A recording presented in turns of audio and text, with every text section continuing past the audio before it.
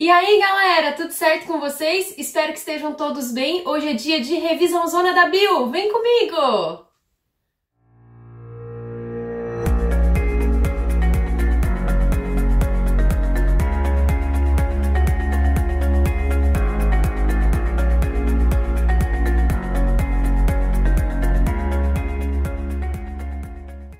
Pessoal, hoje nós vamos revisar algumas coisas importantes bem da introdução da biologia. Então assim, ó, se você não tá muito safo em biologia ainda, hoje é dia de ficar, ó, supimpa. Vamos lá!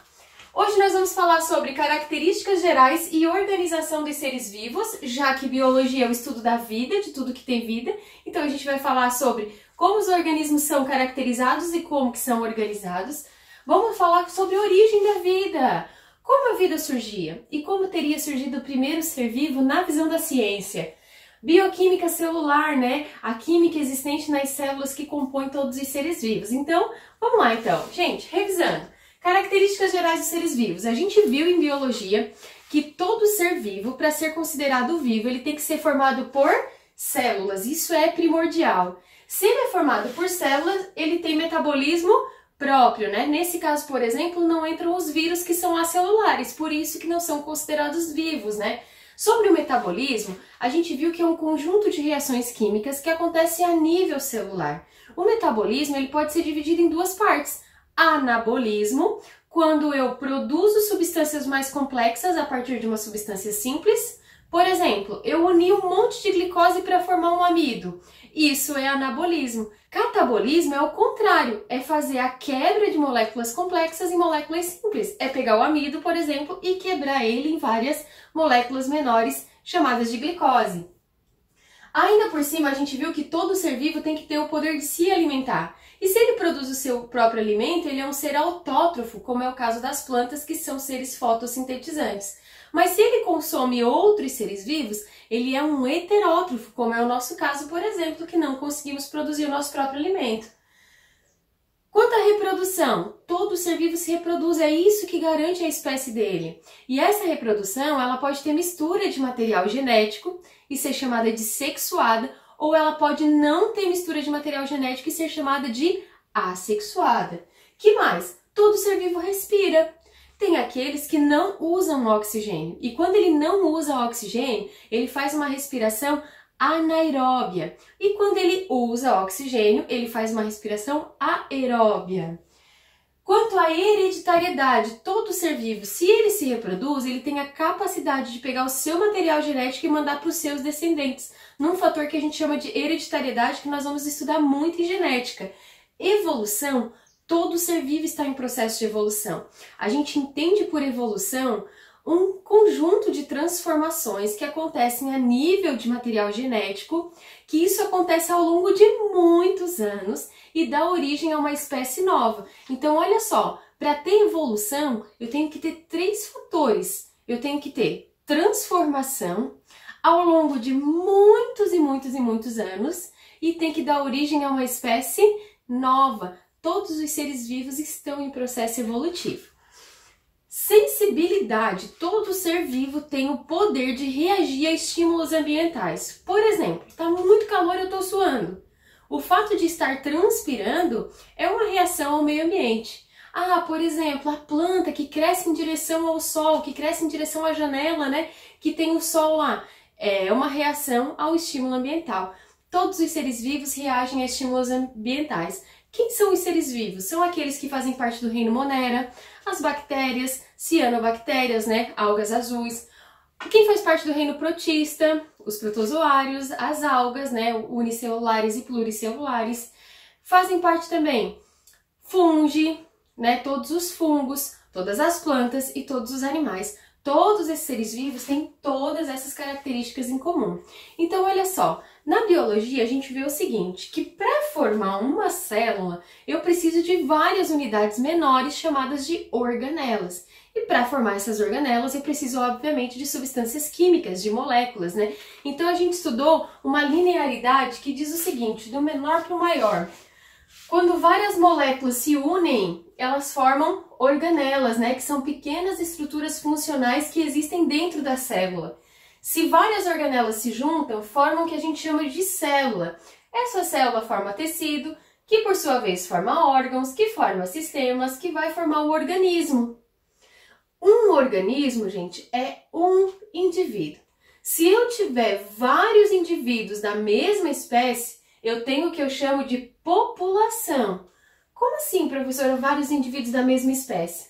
Lembrando o conceito de espécie.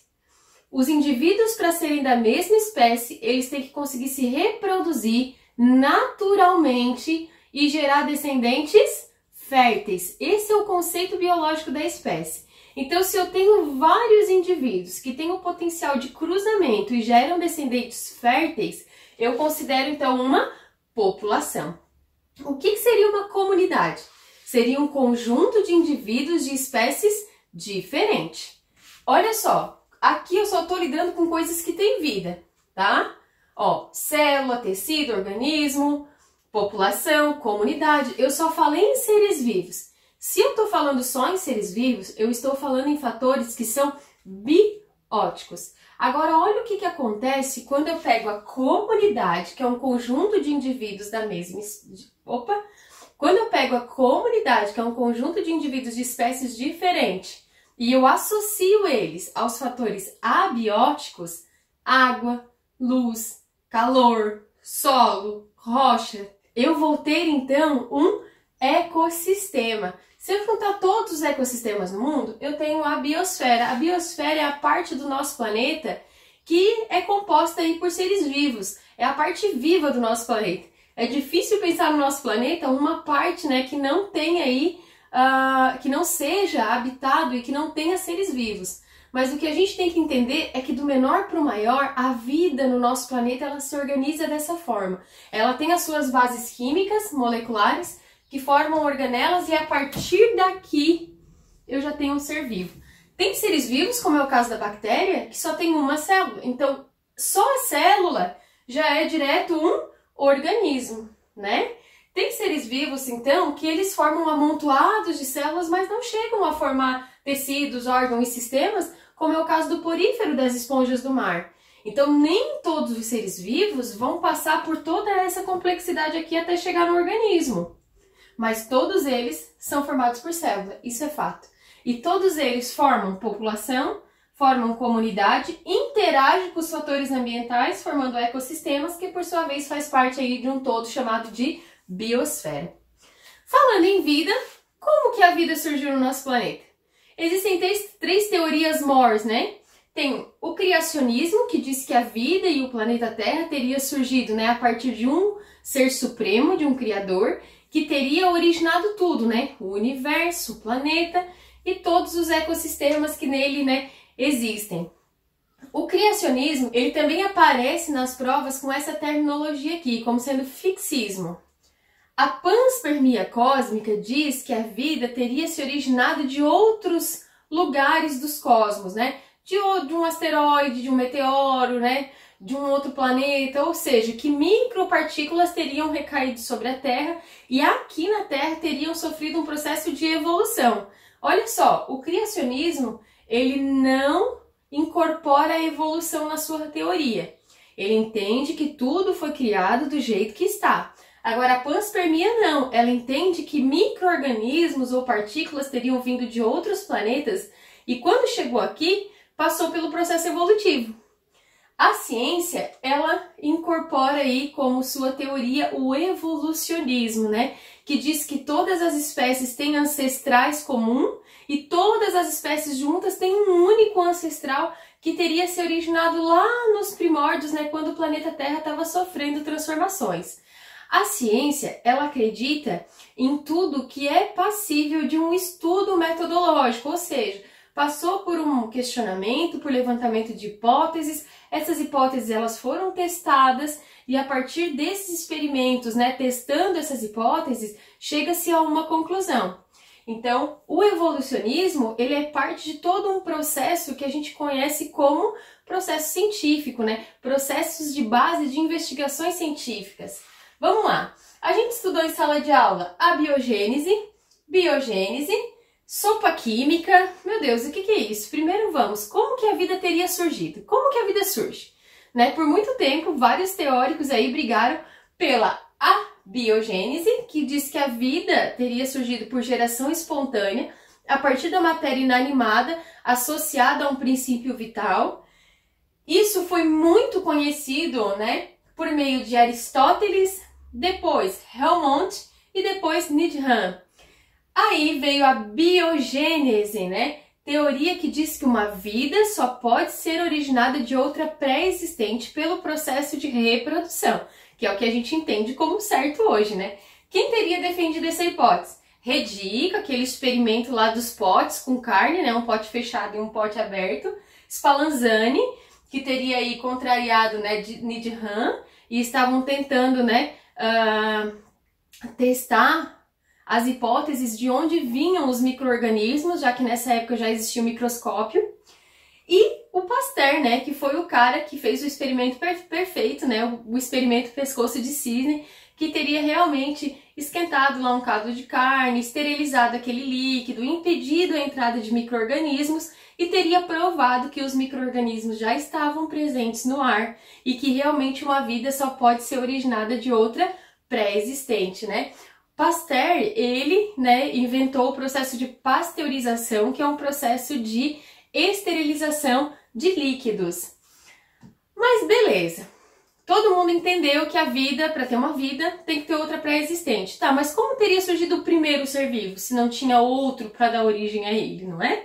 E aí surgiu ideias de Oparin e Haldane, que falaram o seguinte: olha, o planeta Terra nem sempre foi assim. O planeta Terra era um lugar muito estranho, né? Era uma bola incandescente, muito quente, que depois passou por um processo de resfriamento, surgiu a primeira atmosfera, a atmosfera primitiva, o primeiro oceano, o oceano primitivo. Só que essa atmosfera tinha gases tóxicos, tinha muitas atividades vulcânicas, tinha muitas chuvas, muitas descargas elétricas, e essas condições do planeta Terra teria dado origem ao primeiro ser vivo. Será? Aí Miller pegou e fez um experimento que simulou as condições da Terra primitiva. O que ele colocou nesse experimento? Ele colocou metano, amônia, dióxido de enxofre, colocou gás hidrogênio, colocou água em processo de evaporação para ter água em forma de vapor.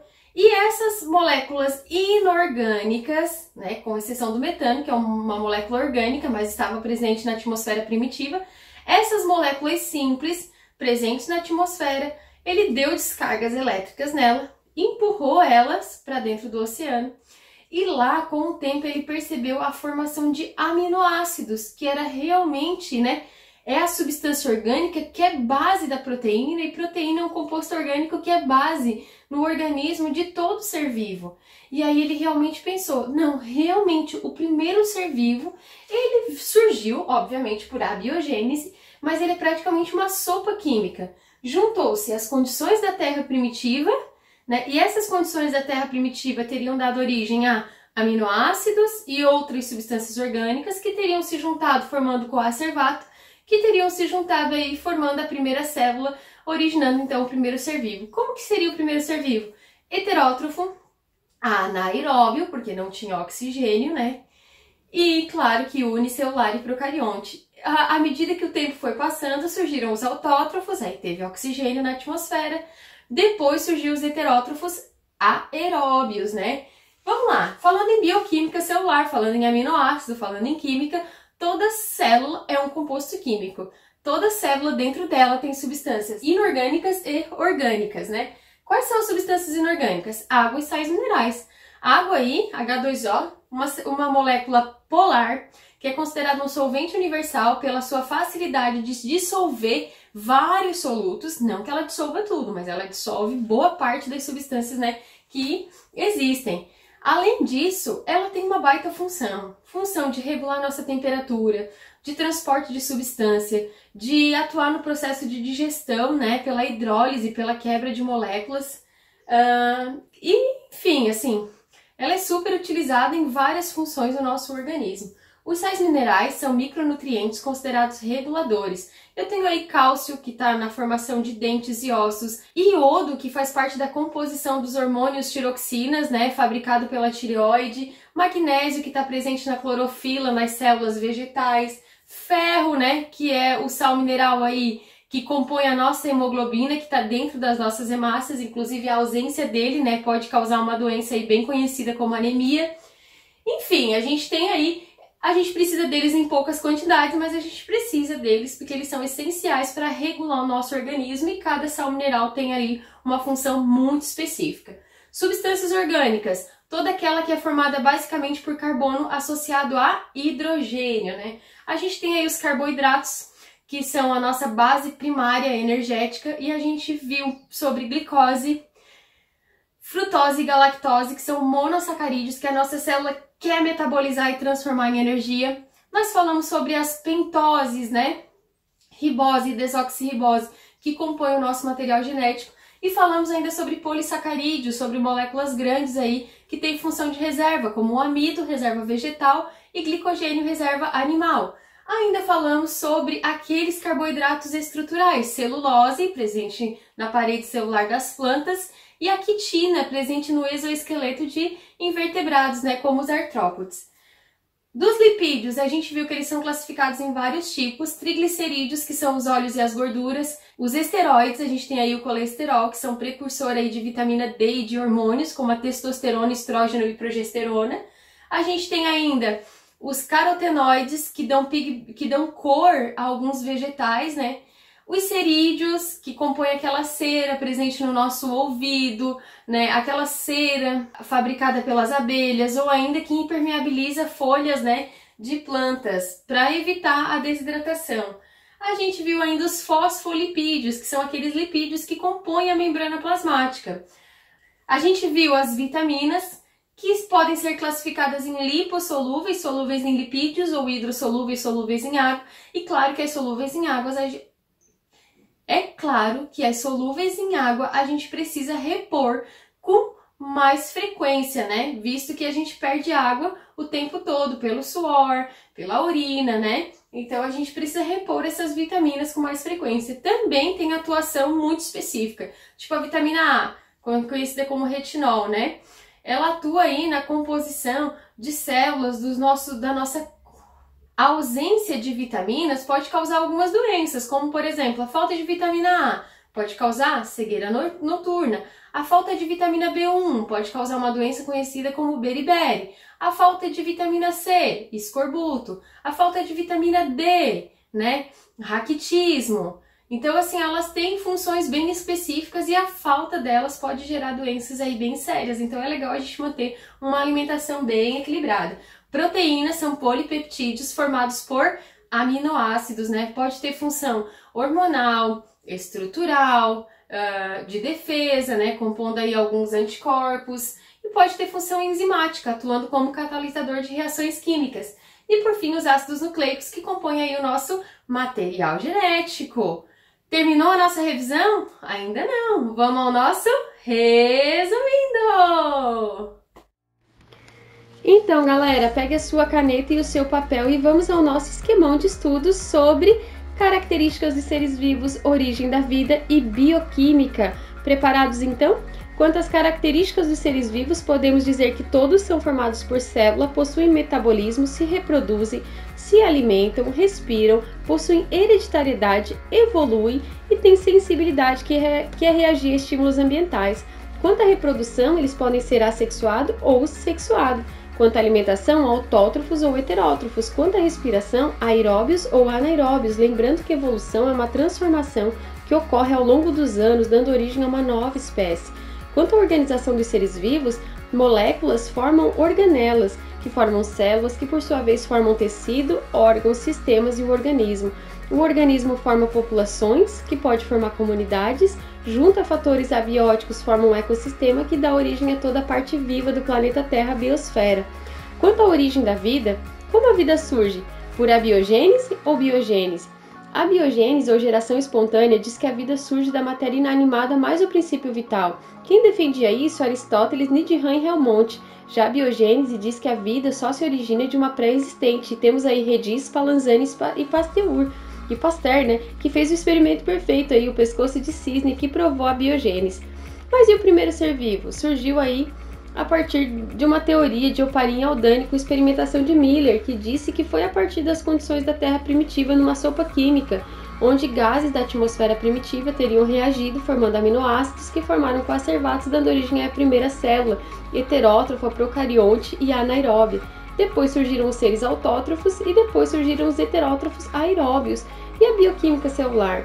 Toda célula é formada de substâncias inorgânicas, água e sais minerais. Sais minerais são nutrientes reguladores, e orgânicas, os carboidratos, nossa fonte primária de energia, os lipídios, aí, triglicerídeos, fosfolipídios, esteroides, cerídeos e carotenoides, as proteínas, macromoléculas formadas por aminoácidos, e nesse grupo nós encontramos as enzimas, catalisadores de reações químicas, e as vitaminas, né, que são reguladoras, podendo ser hipo ou hidrossolúveis. E temos aí vitamina A, C, B, E. Galera, a primeira parte da nossa revisão zona já foi, mas falta a segunda parte ainda, ó. Simbora!